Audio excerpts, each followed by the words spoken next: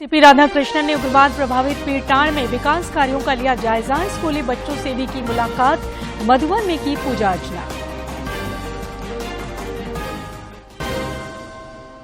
मुख्यमंत्री हेमंत सोरेन ओडिशा के दौरे पर। राय रंगपुर में संताली साहित्यकार पंडित रघुनाथ मुर्मू की 119वीं जयंती पर दी श्रद्धांजलि। जमीन घोटाला मामले में गिरफ्तार आईएएस छवि रंजन की आज ईडी कोर्ट में हुई पेशी। कोर्ट ने ईडी की 5 दिनों की रिमांड को ठुकराया, न्यायिक हिरासत में भेजा जेल। और रांची में सांसद सांस्कृतिक महोत्सव का आगाज। लोक संस्कृति कलाओं के संरक्षण और नए कलाकारों का होगा उत्साहवर्धन। बांग्ला सांस्कृतिक मेले में भी दिखेगी प्रतिभाओं की झलक।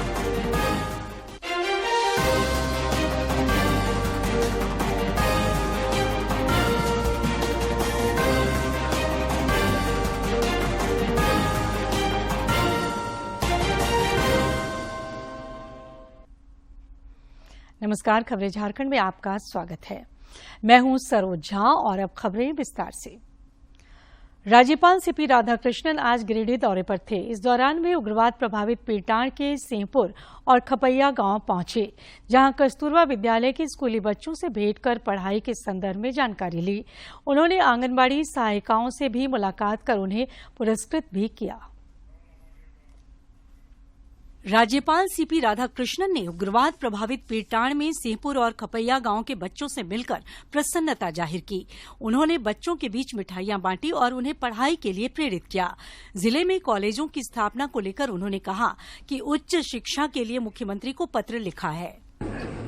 That is the biggest problem of Jharkhand higher studies. I have already requested the state government. I have written a letter to our chief minister also that a separate public service commission for recruiting the professors, lecturers for the higher studies should be created as it is in Bihar. प्रधानमंत्री नरेंद्र मोदी द्वारा मधुवन के जिस गांव के आंगनबाड़ी केंद्र का जिक्र मन की बात कार्यक्रम में किया गया था, राज्यपाल ने वहां की आंगनबाड़ी सहायिकाओं से भी मुलाकात की। इस दौरान उन्होंने सांप सीढ़ी खेल के द्वारा पौष्टिक आहार की जानकारी देने वाली सहायिकाओं को पुरस्कृत भी किया। उन्होंने बांस से हस्त निर्मित सामान बनाने वाले कारीगरों से भी मुलाकात कर उन्हें पुरस्कृत किया। अपने दौरे के क्रम में उन्होंने कहा कि राज्य में योग्य पदों पर योग्य लोगों को बैठाने की जरूरत है। I think soon it will get created, and once it is getting created, then recruitments will start, and we want to appoint the right people at the right post. It should be so transparent. Only the talents, of course, at the same time, the reservations will be followed strictly, so that the new recruitments will give the best education for the next 30 years. That is our idea. We are working on it. इससे पूर्व आज राज्यपाल ने मधुवन में चंद्र प्रभा मंदिर में पूजा अर्चना भी की। साथ ही जैन धर्मावलंबियों के विश्व प्रसिद्ध तीर्थ स्थल मधुवन का भी दर्शन किया, जहां जैन समाज के लोगों द्वारा उनका भव्य स्वागत किया गया था। गिरिडीह से रमेश प्रभाकर की रिपोर्ट। गिरिडीह दौरे के बाद राज्यपाल बोकारो जिले के नवाडीह स्थित चपरी राजकीयकृत उच्च विद्यालय पहुंचे, जहां उन्हें पुलिस के जवानों ने गार्ड ऑफ ऑनर दिया। इस दौरान राज्यपाल ने बच्चों से बातचीत भी की। राज्यपाल ने सरकार के विभिन्न योजनाओं के लाभुकों के बीच परिसंपत्ति का वितरण किया और उपस्थित लोगों को संबोधित किया। उन्होंने आमजनों से सरकार की कल्याणकारी योजनाओं का लाभ लेने की अपील की। ऐतिहासिक दिन है, सिंचाई कूप निर्माण। राजू रविदास, सिंचाई कूप निर्माण के लाभ बड़ा प्लेजर है सर हमारे लिए कि आपकी गरिमा में सर सामने में और ऐसी 100 स्कूटी 100 एक्सप्रेस स्कूटी हमें दे रहे हैं जिला प्रशासन। If our income is not sufficient, we must apply for the old age pension or widow pension or whatever the scheme is available, we must try to get the money from that. अगर आपकी आर्थिक स्थिति ठीक नहीं है तो सरकार की तरफ से वृद्ध पेंशन विडो पेंशन ये स्कीम लागू करी गई है जिनका आप फायदा ले सकते हैं। मुख्यमंत्री हेमंत सोरेन आज ओडिशा दौरे पर हैं। इस दौरान उन्होंने संताली साहित्यकार और ओलिचिकी लिपि के आविष्कारक पंडित रघुनाथ मुर्मू की 119वीं जयंती पर दांडबोस, कापीबुरू, रायरंगपुर और मयूरभंज में उनकी प्रतिमा एवं तस्वीर पर माल्यार्पण कर उन्हें श्रद्धांजलि अर्पित की।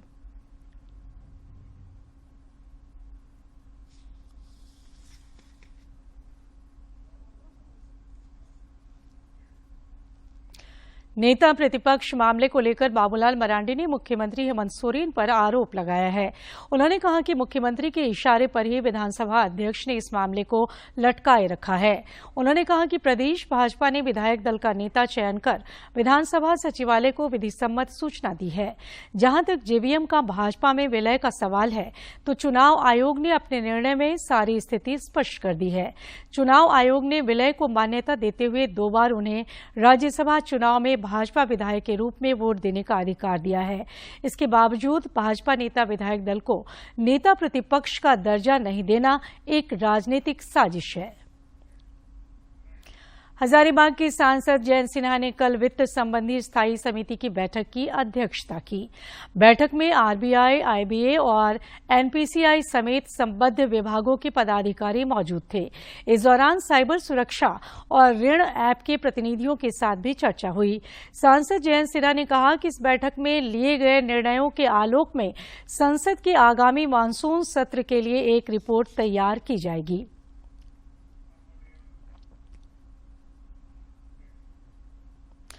भाजपा के प्रदेश अध्यक्ष और राज्यसभा सांसद दीपक प्रकाश ने आज बाबा नगरी देवघर में जिला कार्यालय का भूमि पूजन सह शिलान्यास किया। इस दौरान उन्होंने कहा कि ये कार्यालय कई मायनों में महत्वपूर्ण बनेगा। उन्होंने कहा कि कार्यक्रमों के सुचारू रूप से संचालन के लिए सुविधा संपन्न कार्यालय का होना आवश्यक है। इस दौरान उन्होंने बाबा मंदिर में पूजा अर्चना भी की और राज्य की खुशहाली की कामना की।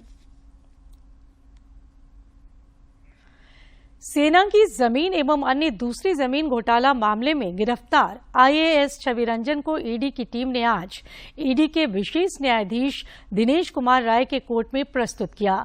कोर्ट से ईडी ने छवि रंजन को 5 दिनों की रिमांड पर लेकर पूछताछ की इजाजत मांगी थी, लेकिन कोर्ट ने उन्हें न्यायिक हिरासत में भेज दिया। इससे पहले सदर अस्पताल के डॉक्टरों की देखरेख में कल छवि रंजन की मेडिकल जांच की गई थी। इस जांच में छवि रंजन का बीपी, शुगर और पल्स सभी सामान्य पाया गया। साथ ही उनका कोविड टेस्ट भी नेगेटिव आया था।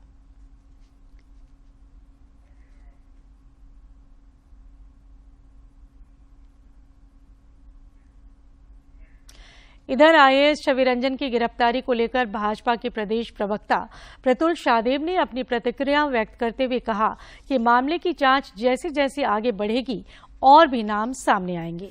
स्टेट स्पॉन्सर्ड करप्शन है। इससे पहले माइनिंग सेक्रेटरी पूजा सिंघल भी जेल जा चुकी हैं और ईडी ने माइनिंग स्कैम में मुख्यमंत्री के प्रतिनिधि पंकज मिश्रा को भी जेल में बंद करके रखा है। योगदान सत्संग सोसाइटी ऑफ इंडिया प्रतिवर्ष वंचित वर्ग के मेधावी छात्रों को छात्रवृत्ति प्रदान करती है। इसी क्रम में आज योगदा के रांची स्थित कार्यालय में 3 छात्रों को 2,85,000 रुपए की छात्रवृत्ति राशि सौंपी गई।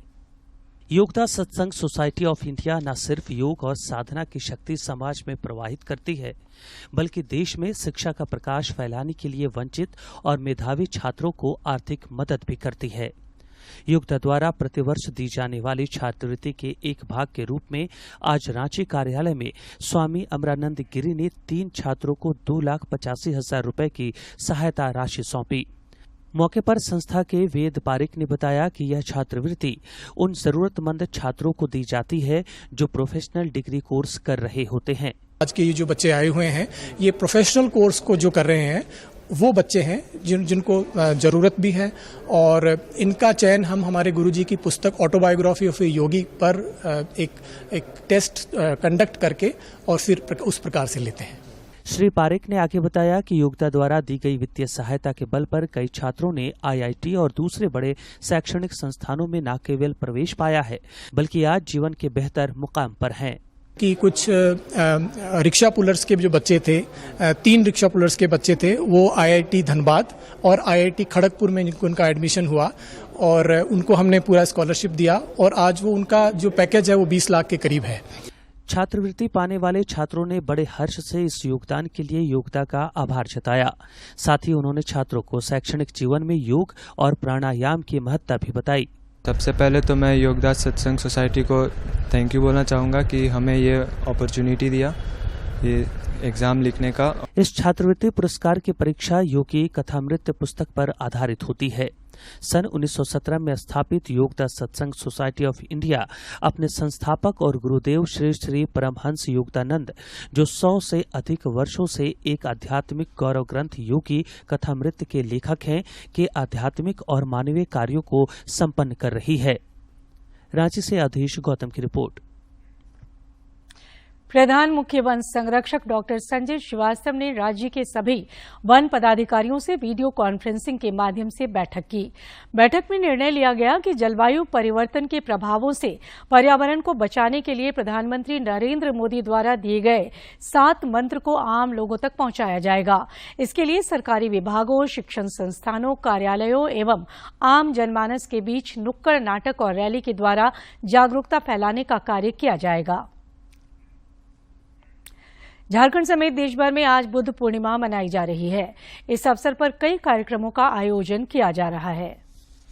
मुनि में जन्म हुआ था और आज ही के दिन उन्हें बिहार के बोधगया में निर्वाण की प्राप्ति हुई थी। बुद्ध के जन्मदिन को वैशाखी बुद्ध पूर्णिमा के रूप में भी मनाया जाता है।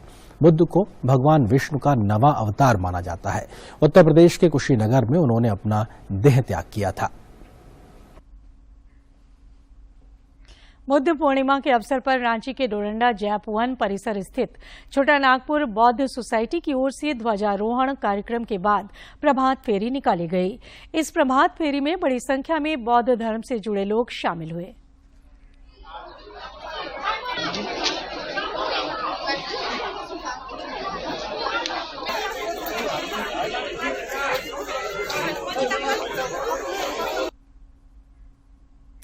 बुद्ध पूर्णिमा के मौके पर Yog Vidya pranic healing foundation trust of Jharkhand की ओर से रांची के खेलगांव स्थित टाना भगत इंडोर स्टेडियम में आज एक योग और साधना शिविर का आयोजन किया गया। इस योग शिविर में 4000 से अधिक योग साधकों ने हिस्सा लिया। योग की दृष्टि से रांची के लिए आज का दिन खास रहा। बुद्ध पूर्णिमा के मौके पर खेलगांव का टाना भगत स्टेडियम योग साधकों से पूरी तरह भरा था। लगभग 4000 योग साधक इस विशेष योग शिविर के गवाह बने।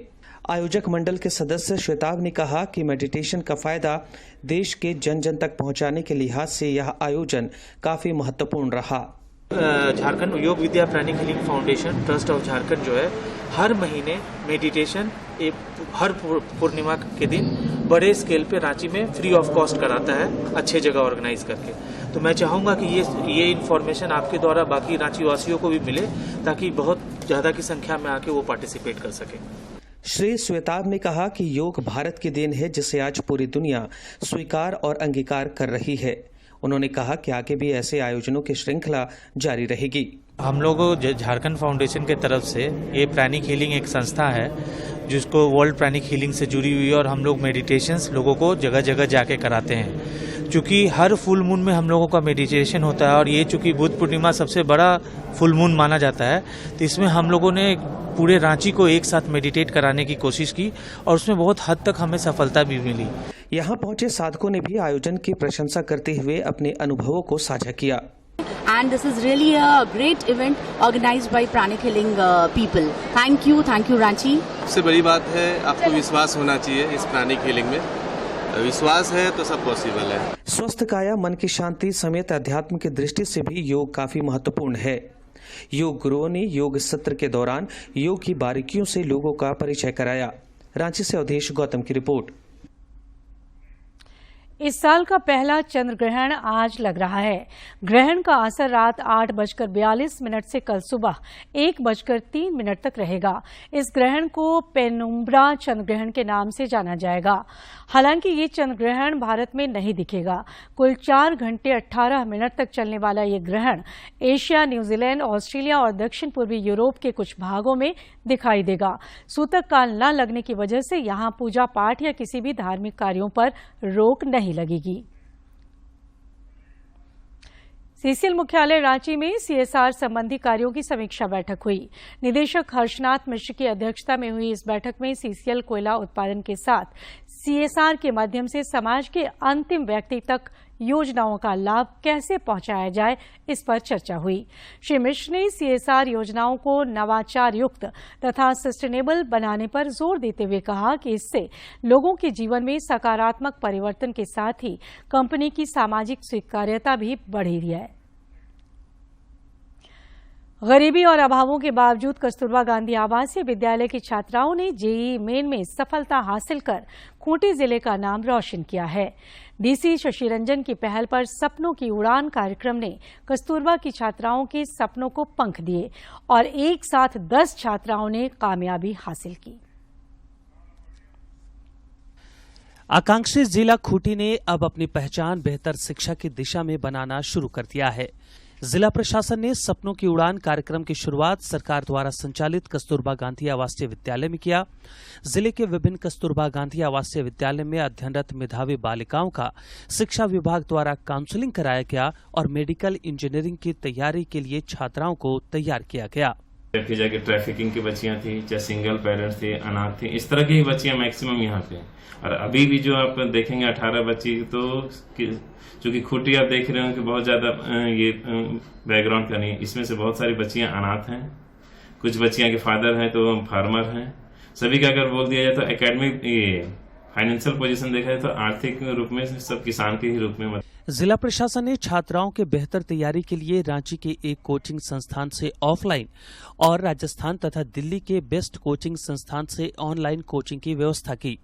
बेहतर मार्गदर्शन में यहां के छात्राओं ने जेईई और नीट की तैयारी पूरे मन से की। जेईई मेन में कुल 18 छात्राओं में से 10 छात्राओं ने सफलता पाई। मैंने जेईई मेंस क्वालिफाई किया है। हमने जब यहाँ 11वीं में दाखिला किया तो हमें पता नहीं था कि हम साथ में जेईई मेंस का भी तैयारी कर पाएंगे। रांची से यहाँ कालामाटी टीचर्स आते थे हमें पढ़ाने के लिए और हमने खूब मेहनत करके इस मुकाम को हासिल किया है। मेरा ये सेकंड अटेम्प्ट है। फर्स्ट अटेम्प्ट पहले दे चुके थे, इसलिए थोड़ा कॉन्फिडेंस था कि हाँ कर पाएंगे। खूंटी की ऐतिहासिक पहचान भगवान बिरसा मुंडा से रही है और उस पहचान को गौरवान्वित किया है भगवान बिरसा मुंडा के वंशज सरस्वती कुमारी ने। सरस्वती ने भी जेईई मेन में सफलता प्राप्त कर अन्य छात्राओं के लिए मिसाल पेश की है। जेमेंस के बारे में यहाँ आने के बाद ही पता चला और फिर हमारे डीसी सर जो है वो हम लोग को बीच बीच आते रहे सर और हम लोग को मोटिवेट करते थे सर कि अच्छा से तुम लोग पढ़ाई करो। यहाँ के टीचर लोग का बहुत सपोर्ट रहा, वो लोग हम लोग को बहुत प्रोत्साहित किए कि हम लोग को अच्छा से मेहनत करके और हम लोग अपना सपनों को पूरा कर सकते हैं। सपनों की उड़ान कार्यक्रम को सफल बनाने में कस्तूरबा गांधी आवासीय विद्यालय के शिक्षिकाओं, वार्डन, कोचिंग करा रहे शिक्षकों और खूंटी शिक्षा विभाग का योगदान महत्वपूर्ण है। समय समय पर विद्यालय का निरीक्षण, छात्राओं के पठन पाठन की रिपोर्ट और स्मार्ट क्लास की सुविधा विद्यार्थियों को उनके लक्ष्य तक पहुंचने में मददगार रही। खास बात ये कि गरीब, सुदूरवर्ती, सिंगल अभिभावक और ट्रैफिकिंग के शिकार बच्चियों को कस्तूरबा में पढ़ने का अवसर दिया जाता है।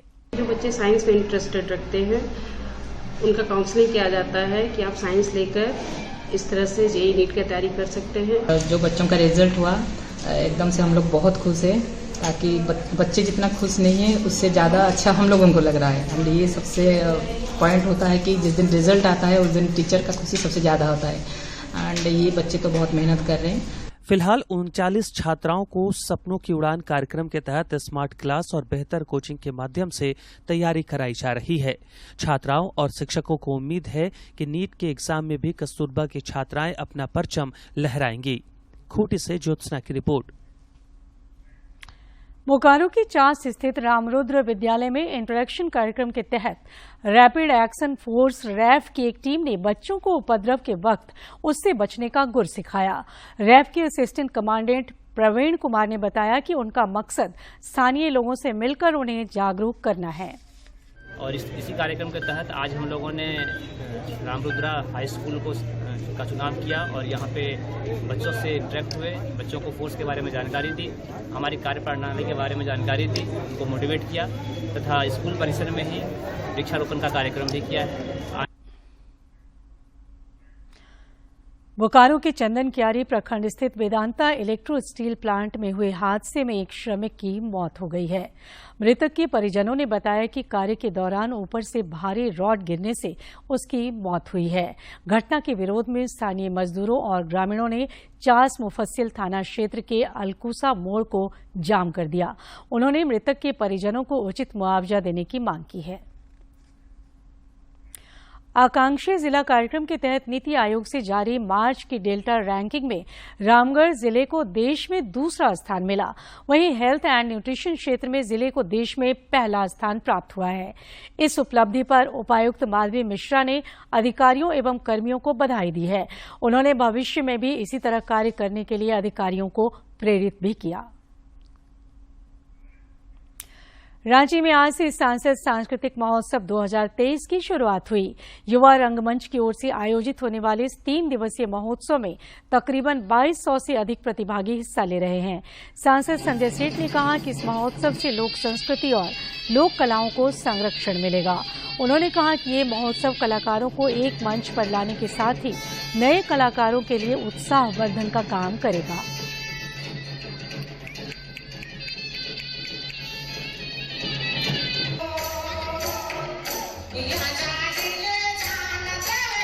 ये प्रधानमंत्री नरेंद्र मोदी जी की प्रेरणा से जहां एक और सांसद खेल महोत्सव, जहां परीक्षा पे चर्चा, आर्ट कंपटीशन और उसी के तर्ज पर सांसद सांस्कृतिक महोत्सव। हम सबने देखा कि पूरे देश भर के अंदर सभी सांसदों ने खेल को बढ़ावा देने, खिलाड़ियों को बढ़ावा देने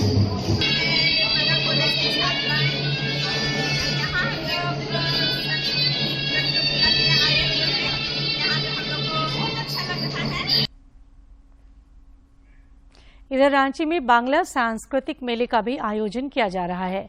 3 दिवसीय सांस्कृतिक मेले में 50 से ज्यादा स्टॉल लगाए गए हैं।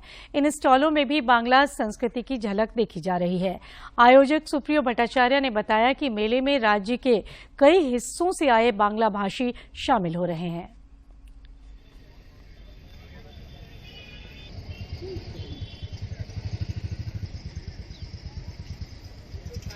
यह आयोजन करते हैं जिसमें समाज के सभी वर्गों के लोगों का भी समागम होता है, एक दूसरे की संस्कृति के साथ परिचित होते हैं। इसी का ये एक छोटा सा प्रयास है। मुख्यमंत्री हेमंत सोरेन के प्रयास से ट्रैफिकिंग की शिकार 11 बच्चियों को आज बेंगलुरु से रांची लाया गया। इन बच्चियों को जिला प्रशासन के संरक्षण में बिरसा मुंडा एयरपोर्ट से चुटिया स्थित प्रेमाश्रय ले जाया गया। राज्य में हल्की से मध्यम दर्जे की बारिश से मौसम लगातार खुशनुमा बना हुआ है। पिछले 24 घंटे में कुछ स्थानों पर हल्के दर्जे की बारिश दर्ज की गई। इस दौरान 20 मिलीमीटर सर्वाधिक बारिश हजारीबाग के बड़का गांव में दर्ज की गई। कल से आम तौर पर आसमान साफ रहेगा और मौसम के शुष्क बने रहने के आसार हैं। 11 मई को कुछ स्थानों पर तेज हवा के साथ हल्की बारिश का अनुमान है। और अब एक नजर डालते हैं प्रमुख शहरों के आज के तापमान पर।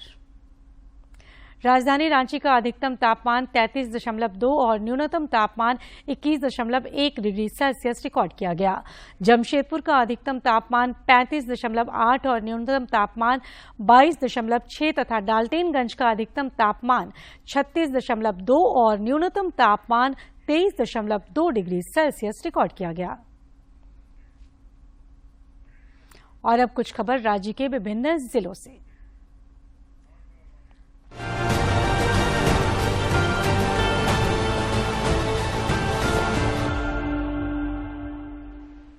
गुमला जिले में अप्रैल माह में भी सभी प्रखंडों में आयोजित ब्लड डोनेशन कैंप के जरिए कुल 217 यूनिट ब्लड प्राप्त हुए हैं। जिले के उपायुक्त ने कहा है कि इसी को आगे बढ़ाते हुए मई में भी फिर से सभी प्रखंडों में रक्तदान शिविर आयोजित किए जाएंगे। आकांक्षी जिलों को लेकर नीति आयोग द्वारा प्रतिमाह जारी किए जाने वाले डेल्टा रैंकिंग में मार्च महीने में रामगढ़ जिले को पूरे देश में दूसरा स्थान एवं स्वास्थ्य एवं पोषण क्षेत्र में रामगढ़ जिले को पूरे देश में पहला स्थान प्राप्त हुआ है। उपायुक्त ने इसे लेकर अधिकारियों को बधाई दी है।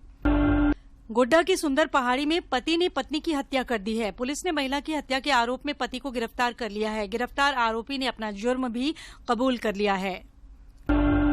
लातेहार में पूर्व नक्सली के बेटे की हत्या कर दी गई है। गांव के ही कुएं से उसका शव बरामद किया गया है। पुलिस मामले की छानबीन में जुट गई है।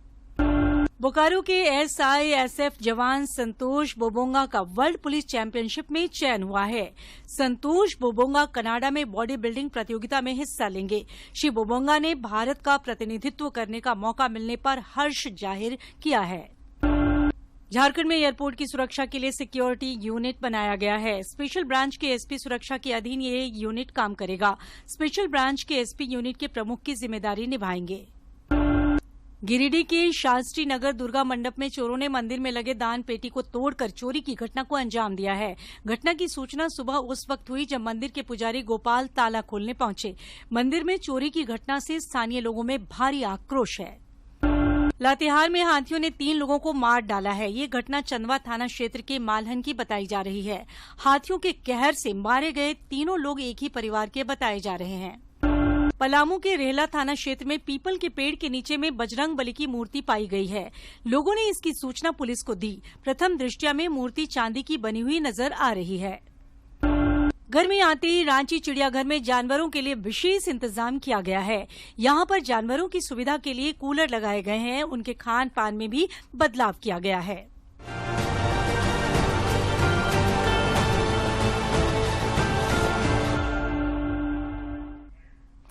जमशेदपुर के गोलमुरी पुलिस लाइन में चल रहे 3 दिवसीय 19वां कोल्हान क्षेत्रीय पुलिस खेलकूद प्रतियोगिता में 56 पदकों के साथ जमशेदपुर की टीम विजेता रही, जबकि 34 पदक के साथ चाईबासा उप विजेता रही। इस खेल में कुल 5 टीमों ने हिस्सा लिया था, जिसमें जमशेदपुर जिला बल, चाईबासा जिला बल, सरायकेला जिला बल, TTS जमशेदपुर और CTC मुसाबनी शामिल थे। इस प्रतियोगिता में basketball, handball, volleyball, kabaddi, football, hockey, boxing, कुश्ती, ताइक्वांडो, तीरंदाजी, योगा, वेटलिफ्टिंग और एथलेटिक्स शामिल थे। जमशेदपुर FC के खिलाड़ी ईशान पंडिता और ऋत्विक दास को भारतीय राष्ट्रीय फुटबॉल टीम में चुना गया है। जमशेदपुर FC के ये दोनों खिलाड़ी इंटर कॉन्टिनेंटल कप 2023 के लिए खेलेंगे। इंटर कॉन्टिनेंटल कप 2023 का आयोजन 9 से 18 जून तक ओडिशा के भुवनेश्वर में आयोजित किया जाएगा। वहीं दोनों खिलाड़ी SAFF चैंपियनशिप 2023 भी खेलेंगे, जिसका आयोजन 21 जून से 3 जुलाई तक बेंगलुरु में होना है। टीम 15 मई से शुरू होने वाले एक ट्रेनिंग कैंप के लिए ओडिशा के भुवनेश्वर में इकट्ठा होगी, जिसके बाद भी टूर्नामेंट में भाग लेंगे।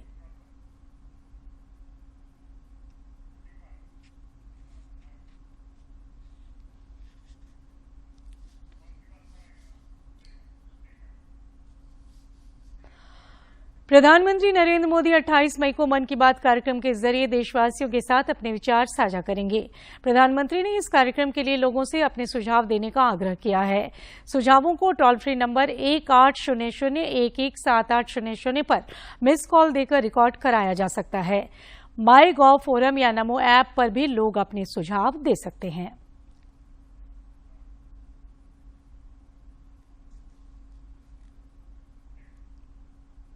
और आखिर में इस बुलेटिन के मुख्य समाचार एक बार फिर।